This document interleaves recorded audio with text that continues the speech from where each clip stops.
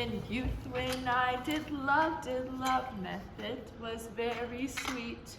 To contract the time for my behave, method, there was nothing of meat. Has this fellow no feeling of his business? He thinks in grave making. But age with his stealing steps hath clawed me in the clutch, and his shipped me into the land as if I had never been such.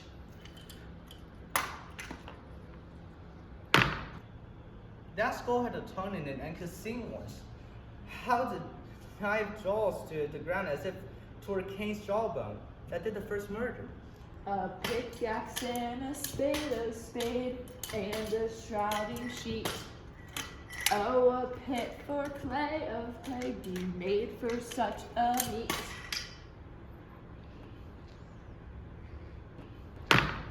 There's another.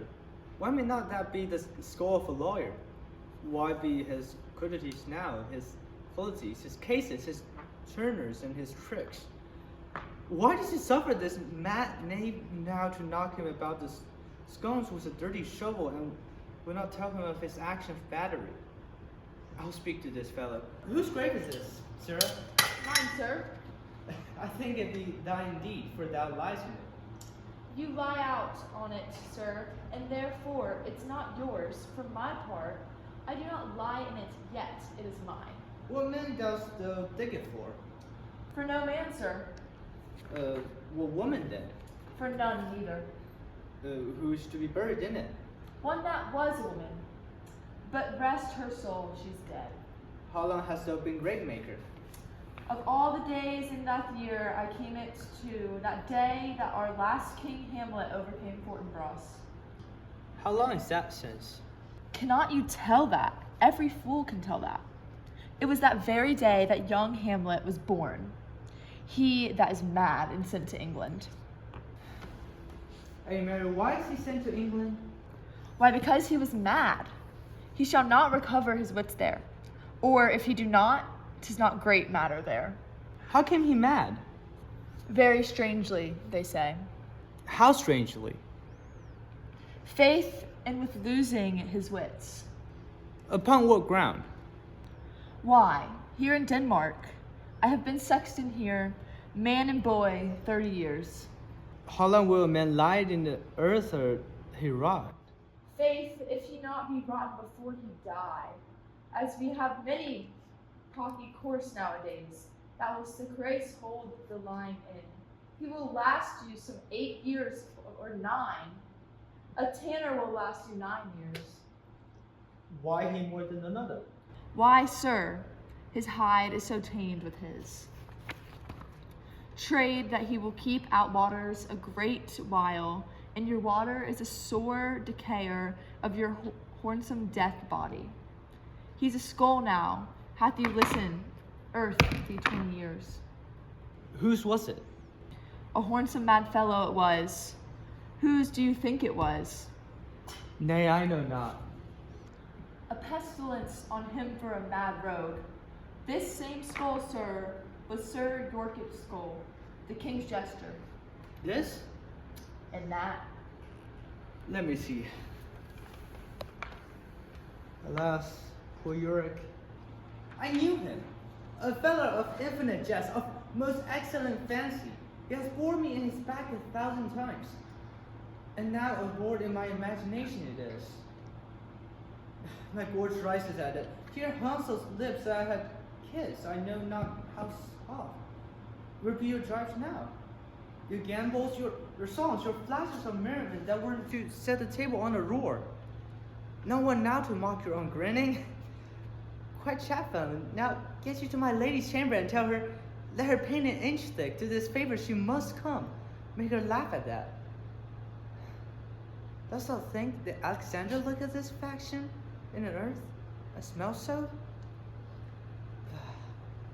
To what basis we may return? Why may not imagination trace the noble dust of Alexander till he find it stopping a bunghole? 'Twere to consider to curiosity, to consider so.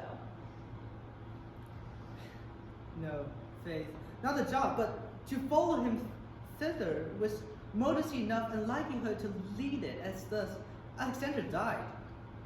The dust is earth, of earth we make loam, and why of that loam whereto to was converted might they not stop a beer barrel? Impervious Caesar, dead and turned to clay, might stop a hole to keep the wind away. But soft a while, to become the king, the queen, the courtiers, who say follow, and with such main writs, those betoken the course they followed, they with desperate hand, for though his own life, 'twas of some estate. How sweet a wild mark.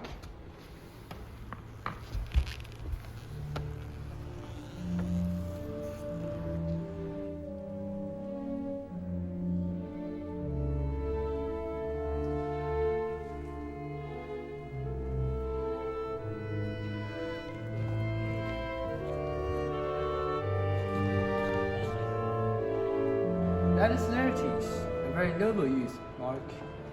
Lay here I thirst, and from her fair unpolluted flesh may violets spring.